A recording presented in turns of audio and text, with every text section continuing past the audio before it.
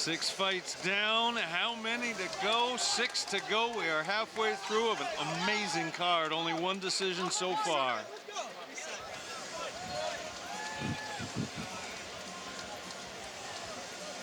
If the place burns down tonight, yeah, we know who did it.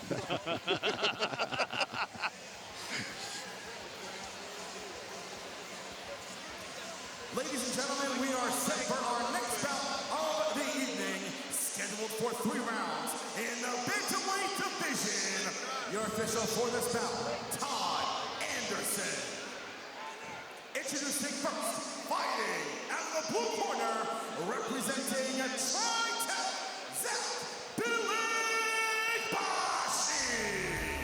So I'm not sure of this. I got to talk to this kid eventually, but I'm pretty sure I was coming back off an injury. I was looking to compete in MMA, and I wrestled in an off-season tournament, and I wrestled a kid in the finals that would be like this kid's twin, and he beat me 3-2, and I just don't know if this is him, so I'm going to ask him eventually when I catch him in passing, but he's been out to the reality fighting cage a couple times. Tough kid, solid wrestler, comes from, I think, a D2 wrestling background, I think he's going to do very, very well tonight. That name, Bylykbashi, could be Central Asian, probably from the Caucasus, some of the greatest wrestlers on the planet, obviously coming out of there. Yeah, Zach's a strong wrestler. He's actually the wrestling coach, or one of the coaches over at Wesleyan. Okay. And that is who he wrestled for. Wesleyan, okay. Yeah. I mean, super strong wrestler. You know, he's been trying to work on all the other parts of his game. He's got great striking. His past 2 losses have actually come off submissions. You know, he landed the takedown, but then he gets caught with, you know, he got caught with a triangle. I think the other one he got caught with an arm bar.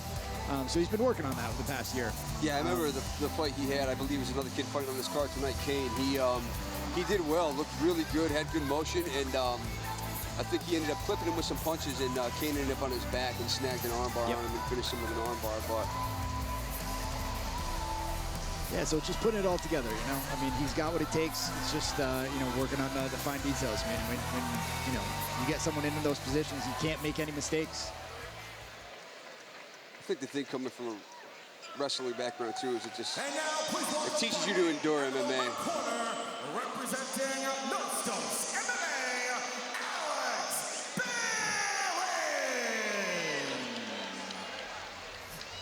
BylykbashiVsBehling. Very simple prediction on his part. I'm gonna knock him out. Man, I've been dealing with 3 motherfucking months. You hit the pipe in front of me. Yeah. So what you saying?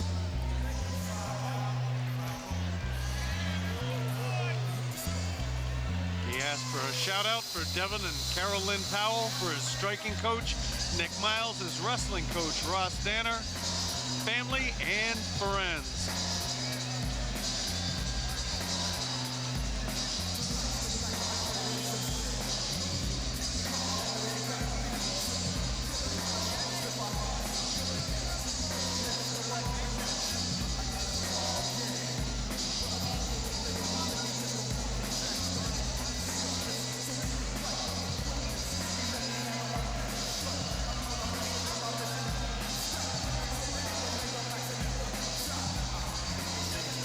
May end up being a classic wrestler versus striker matchup.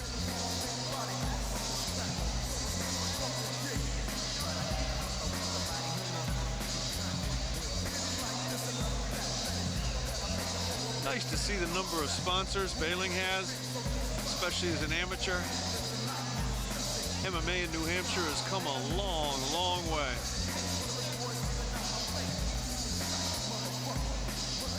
Kip and I were supposed to actually fight each other on the first card, MMA card ever that was official in New Hampshire. Was that before you guys knew each other? No, we'd known each other for a while. Okay, yeah. No, there was no elbows to the face. I wouldn't want to elbow a friend of mine in the face. But, you know, punch him and kick him. I got plenty of friends that like to punch in the face and have done so. They would tell you the same.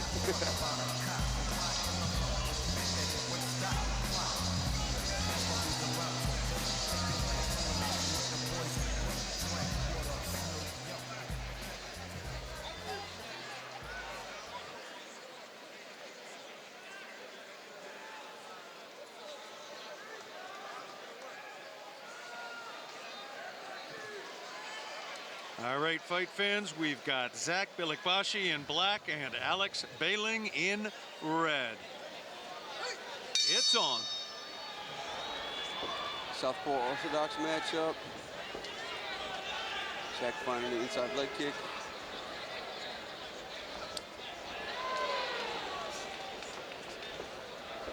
Typically in an open stance like this, you want to get your foot a little bit in the outside of the other. You know, I'm curious Other for fighter's foot. Zach too, coming from a wrestling background. In wrestling, you wrestle with your power hand and power leg forwards, whereas fighting, it's in the back. But I wonder if he transitions well from orthodox to southpaw back and forth, because you have to switch your stance for MMA ultimately. But also too, if he's got power in both hands, he might just feel, you know, his motion, his rhythm, level changing is better there. Bylykbashi definitely developing his striking game. Yeah, he's been working a lot with UFC vet Carlos Candelario on his striking. Wow. So it's you know, it's nice. It's come a long way. Carlos is one of those fighters that I really wish I could have kind of seen his career progress. You know, a knee injury kind of messed him up, but he won good heavy punches here. That's wrestling right there. You get in a little bit of trouble and suddenly you're out of it.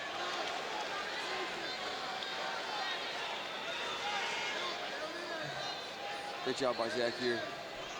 Got clipped, went right to the double. He's in on the hips. Got to watch his neck here. Head is clear. Now he needs to use his head a little bit here. Push Alex's head up towards the top of the cage and use that leverage to be able to get back down to the hips and take him down.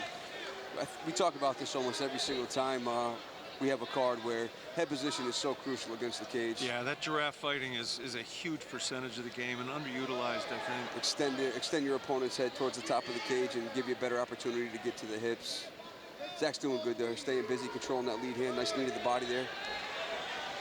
Both fighters right there, you want to see maybe throw a punch as they separate, maybe catch your opponent off guard.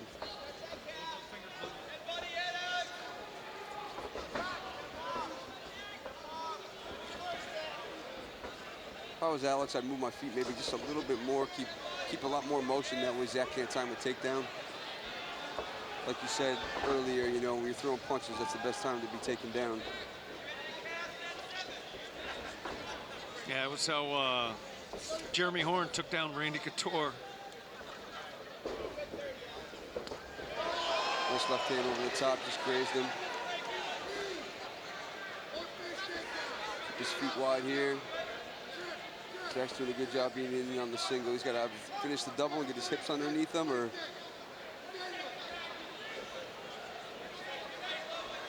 Alex doing a good job with that wizard, trying to keep his feet wide. Zach did a good job here. He's got to lift, though. Here he has to lift. A very good takedown defense. Yeah. He's doing a great job. Extremely impressive. Yep. I expected Behling to be on his back by now. He worked with wizards on opposite sides there and transitioned well. Great round. Who'd you guys like? Ooh, I give it to Zach, but I'm a little biased. I mean, I think he landed cleaner punches, and you know, he controlled him against the cage. This counts for something. The highest level of damage was by Alex flipping Zach with that heavy hand that kind of forced that takedown almost, I guess you could say. But Zach did really well finding the distance. He controlled him against the cage. He stayed active, controlled the lead hand. So I'm going to go 10-9 for Zach as well. All right, reality fighting fans, we are unofficially, very unofficially, calling it 10-9 for Zach Bylykbashi. But as we alluded, an argument could be made the other way. It was definitely a very close round. I think this second round is going to be telling. I think somebody's going to surge ahead. Alex did well there. He did really, really good working with the wizard when he was pinned up against the cage. He kept good head position. He didn't take too much damage, and he kept his feet pretty wide, forcing Zach to, you know, have to work different opportunities to try to get the takedown. Yeah, really impressed with his takedown defense. Yeah, it was great. I think it's going to give him a lot of confidence. I think he's going to strike a little bit more, believing he can keep it on his feet if Bylykbashi gets in close to him. Again, to what you said, the only thing you have to be careful with is when you're kind of moving forward and your opponent is timing your takedown. But Alex did great there, as did Zach. Zach should maybe also find that inside leg kick like he found a few times in the first round. Kind of beat that leg up a little bit, maybe slow down the motion of Alex, make him easier to take down. Good front kick there.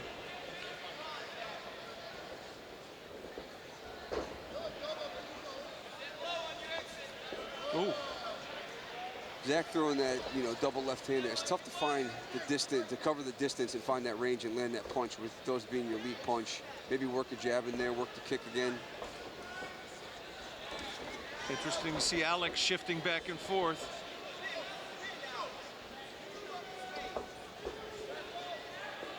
Alex is not staying on the outside and picking off light shots. He's trying to set down and take BylykbashiV's head off. Alex does great when he's coming forward, but he seems to struggle when he's backing up. He closes his eyes a couple times as punches are coming at him, and you know, it's kind of instinctive, but you really want to try your best to not back up and close your eyes and slip, move to the side. I remember when I started fighting a long time ago and was training, people would tell me, you know, whether you get hit with your eyes open or closed, it feels the same. Yeah. You get punched right in it. So learn to keep your eyes open as you get hit.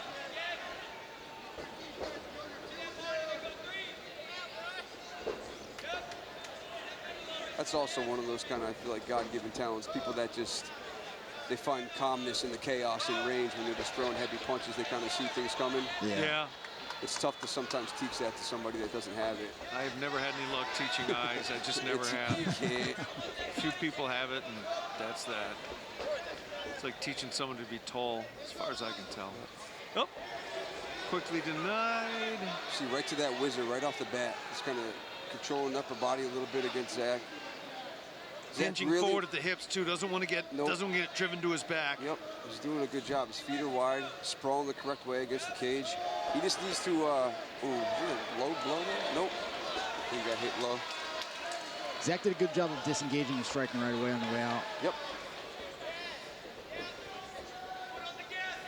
Zach, just when he has him against the cage, needs to work on his head position a little bit more. He's a little bit shorter fighter, so he could actually stand Alex up probably a little easier. Again, throwing punches and bunches instead of just one strike at a time. Ooh, nice left hand over the top there. Yeah, it was. Alex is doing well moving from southpaw to the orthodox stance.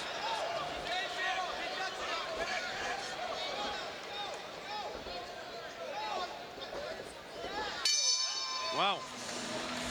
Boy, I don't know how to call that round. How about you guys? That's a 10-9 round for Alex. Okie dokie.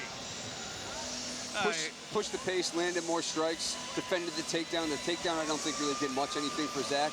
No damage he was able to do to Alex, so I would give a 10-9 to Alex, so maybe one apiece here. Okay. If we are looking at a 19-19 round, whoever wins this, the third and final round, is the winner of this fight. The 7th card of a 12-fight card. 7th fight of a 12-fight card. Seconds away from the third and final round starting. Both fighters definitely did better things in the second round there. Alex did a great job kind of finding more punches, and he found his range more from the outside. And Zach did a good job kind of you know, slipping punches, staying away from taking too much abuse, and he was exchanging punches on the way out of exchanges, so they're throwing punches, excuse me. It's gonna be a good round.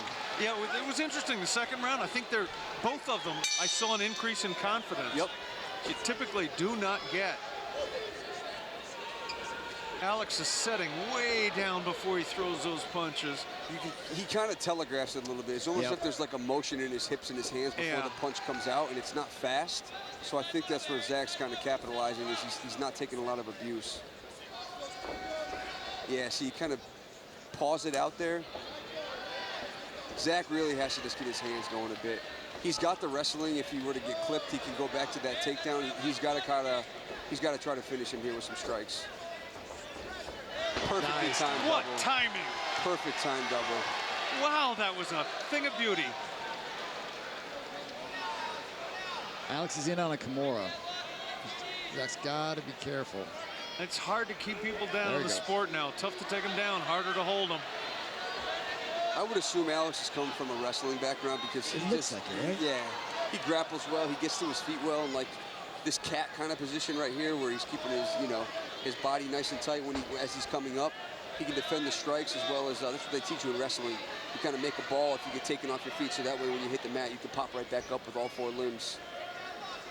I never heard that, but I like that a lot. Yeah, like if you were to get taken down, Yeah, like it makes someone's sense. behind you and they have a wrist, or they lift from the belly or the waist as they're Yep. returning you to the mat. If your body, your limbs are tight, when you hit the mat, you have the opportunity to spring.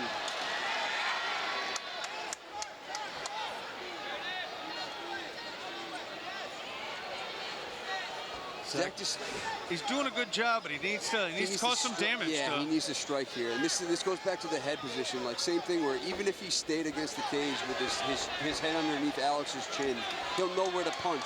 He could punch the top of his head and he'll be landing strikes. So, and you'll win a fight there. Alex needs to kind of put some, Zach's doing great here again, but he's got to strike now. There he goes. Posture up and punch here, yep. 1 minute to go. Keep punching, he wants to keep punching here. Get a hook in and keep punching. Alex is strong, man. He is.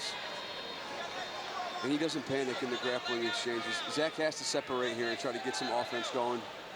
The fight's too close to kind of sit on a takedown. Yeah. You have to strike here. At least throw some knees. Just let the judge, there you go. At least there you go. Let the judges know that you're not just wrestling. Alex wants to, turn his hip square to him, or he wants to fight the hands, and he wants to right back up right here. That's why you get right back up, Zach's doing a good job here, staying heavy. It's like a wet blanket. That's where you want to be. He's on the hip. He's got to keep punching, though. Last 10 seconds. Short time here. He's got to strike. Ooh, this is a tough one. I'm probably going to go with a split decision for Zach based upon the control in the third round. Assuming that Zach was given the first round, I think we're seeing a 29-28 for Zach. That's how I see it too, but I can make a decent argument for other scores as well. Bottom line is that was a terrific, entertaining bout. Alex did really well.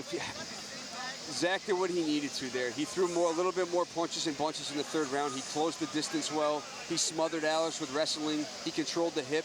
He was somewhat active enough during those clinches against the cage that I think he got the split decision win. Yeah, if you look at the corners, it's pretty telling. Yeah. I mean, Alex he looks defeated. Zach's corner, they look like they think they won. Yep, I think they did. I think it was one apiece going into the third, and Zach just squeaked out this last round. This is my least favorite for fighters. This is no, weight cutting is my least favorite thing in the sport, but this is the second when you don't know exactly who won and you have to wait. Yeah, right. You trained for 13 weeks or you trained your whole life, and it comes down to this and you just have to wait. I've always, I've had people ask me over the years, like, what's the toughest part? I'm like, there's so much work that goes into the sport. Maybe even before you get to MMA, just everything comes together, and then, it's a long road to get to the cage sometimes. Taking a long time to make this decision. Yeah, that typically means it's a split decision, yeah. I agree. They dot their I's and cross their T's 3 times when it's an SD. Either way this goes, I would say it's almost right on the money. Ladies and gentlemen, after 3 rounds, we now go to the judges' scores. Judge Mike Murtha scored this bout 30-27. Judge Dave Peabody scored this bout 29-28. And Judge Dave Bruce scored this bout 29-28. For your winner, by unanimous decision, Zach Bilykbashi. So the first round definitely went to Zach.